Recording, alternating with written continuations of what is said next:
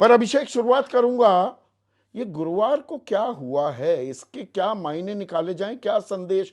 दो मंत्रियों के सामने महंत राजू दास और नीतीश कुमार जो जिला अधिकारी हैं, जबरदस्त नोक-झोंक, तू मैं होती है।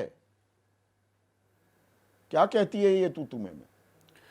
संदीप, ये जो भी हुआ है ये वही हुआ है जिसकी लगातार चर्चा चल रही थी। ये जो समीक्षा के लिए टीमें जा रही हैं, 40 टीमें हैं, और ये जहां जहां जा रही हैं वहां यही बात सामने आ रही है कि अधिकारी मनमानी कर रहे हैं, अधिकारी हमारी सुन नहीं रहे हैं, कार्यकर्ताओं का मनोबल डाउन है, हम किस बात के लिए वोट मांगने जाएं जब हमारे काम ही नहीं होते हैं। ये जो चल रहा था, ये मुसलसल एक सिलसिला चल रहा था संदीप, ये इसी फिल्म का ट्रेलर रिलीज हो गया।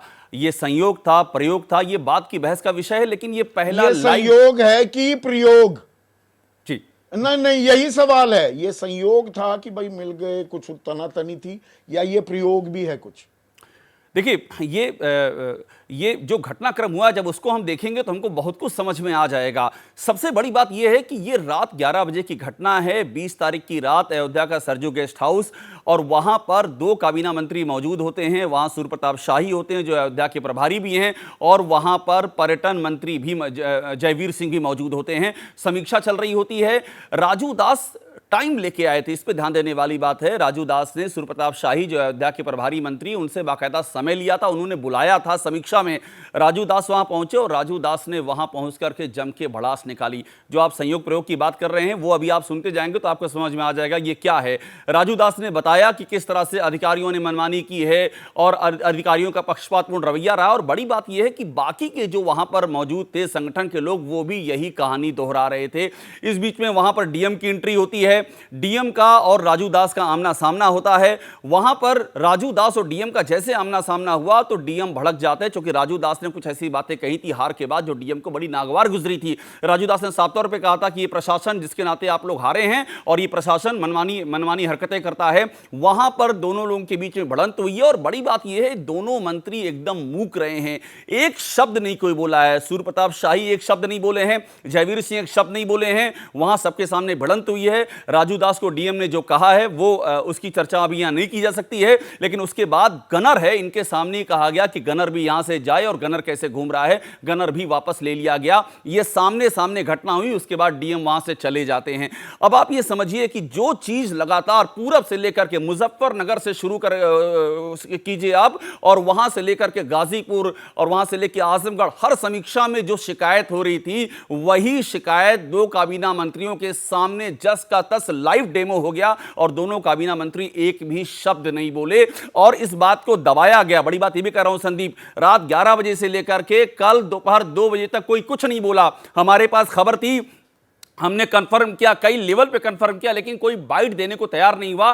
फिर चूंकि खबर कंफर्म थी, इसके बाद हमने उस खबर को एबीपी न्यूज पे ब्रेक किया। खबर देने के 3 घंटे बाद राजू दास सामने आए, क्योंकि उनको भी जानकारी यह है कि इस बारे में बोलने से मना किया गया था कि इसको अंदर ही अंदर इसको दबा दिया जाए। उसके बाद सारी मीडिया वहां पहुंचती है राजू दास के सामने, और 3 घंटे बाद राजू दास आते हैं और उसके बाद आके फट पड़ते हैं, अपनी सारी कहानी बयां कर देते हैं। तो वो बात जो पर्दे के पीछे थी, जो 2 बजे एबीपी न्यूज के जरिए आई, फिर वो सरेआम हो जाती है। तो आप यूं समझिए कि ये घटना घटी, ये घटना अंदर तक एक गुबार था जिसको फूटना ही फूटना था, 2 मंत्रियों के सामने फूटा और उसको दबाने की कोशिश की गई, और उसके बाद वो सामने आई। ये कहानी अयोध्या में आ गई सामने, लेकिन हर जगह यही शिकायत है। और मैं आपको अगर उपसंहार पे जाऊं, निष्कर्ष पे जाऊं, तो कहानी सीधी सी है। ये सीधा सरकार की ओर संकेत था कि सरकार का संगठन के साथ में कोई तालमेल नहीं है। सरकार की जो सरपरस्ती, उसमें ये जो अधिकारी हैं, ये बुरी तरह से निरंकुश हो हमला, चुके हैं। मैं और आसान और सरल भाषा का इस्तेमाल कर दूं अभिषेक, ये तो सीधा हमला योगी आदित्यनाथ पर है। राज्य सरकार, मुखिया योगी आदित्यनाथ है कि योगी आदित्यनाथ के राज में या उनकी शह पर या उनके कहने पर अधिकारी मनमानी कर रहे थे, बीजेपी का नुकसान कर रहे थे। देखिए, संकेत की आप बात करेंगे तो बिल्कुल संकेत वहां तक जाता है। और मैं एक चीज और जोड़ दूं, आज जो अभी हमने खबर दिखाई संजीव बालियान वाली जिसका आप जिक्र कर रहे थे, वो चिट्ठी भी हमने दिखाई सबसे पहले। उस चिट्ठी में बाकायदा संजीव बालियान एक लाइन लिखते हैं, संदीप, की ये जो षड्यंत्र हुआ है सीबीआई जांच हो ताकि इस षड्यंत्र के पीछे के चेहरे सामने आ सकें। संगीत सोम के चेहरे के पीछे का चेहरा कौन है, ये भी सवाल पूछा जा रहा है। और आप सोचिए कि जब ये पूरा मामला हुआ है मुजफ्फरनगर में, तो वहां पर जो छतरी पंचायतें हुई हैं, ये सवाल भी समीक्षा बैठक में हुआ है कि जातीय गोलबंदी की शुरुआत छतरी पंचायतों के माध्यम से हुई है और उन पंचायतों को इजाजत प्रशासन ने दी है, यह भी उसमें कहा गया है जो समीक्षा रिपोर्ट आई है। तो ये जो सारे संकेत है, जब आप इनको जोड़ेंगे तो जैसे एक कोई कलाकृति होती है, अलग अलग हिस्से आप जोड़ें तो पूरा तैली चित्र साफ हो जाता है, वैसे ही ये पिक्चर पूरी तरह से क्लियर हो जाती है। संदीप, अब जो ये 5 चीजें समीक्षा रिपोर्ट में रखी गई हैं, जो जानकारी आप लेकर आए हैं, अधिकारियों की मनमानी, जनप्रतिनिधियों की सुनवाई ना होना, मतदाता सूची से नाम कटने की बात और संविदा की भर्तियां जो हुई उसमें आरक्षण का ना होना। एक आरक्षण की बात छोड़ दो, संविधान बदलने की जो बात है, 5 में से 4 चीजें तो राज्य सरकार की जिम्मेदारी है। अब ये टोपी ट्रांसफर का खेल शुरू हो गया है क्या? बिल्कुल। देखिए, एक बात दरअसल हार किसकी वजह से हुई जी, और इसमें केंद्रीय नेतृत्व भी है, राज्य सरकार भी है और इसमें संघ भी आ जाता है।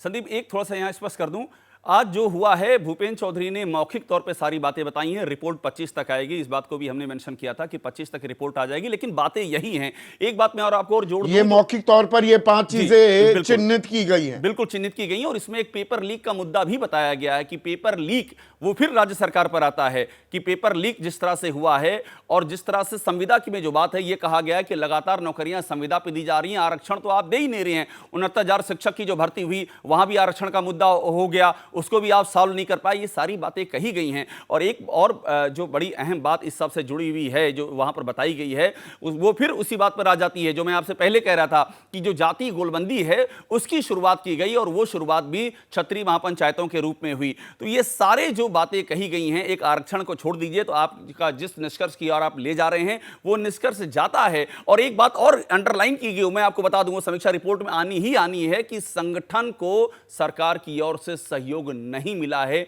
ना के बराबर मिला है। यह भी बहुत महत्वपूर्ण बात है जो कि समीक्षा रिपोर्ट में आनी तय है, क्योंकि यह बात भी सामने लाई गई है। संदीप,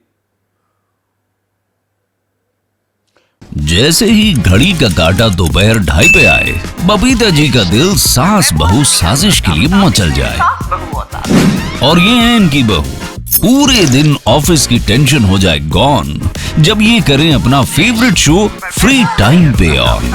इनकी तरह आप भी देखिए अपना फेवरेट शो अपने टाइम पर और डाउनलोड कीजिए एबीपी लाइव ऐप अपने स्मार्ट टीवी पर।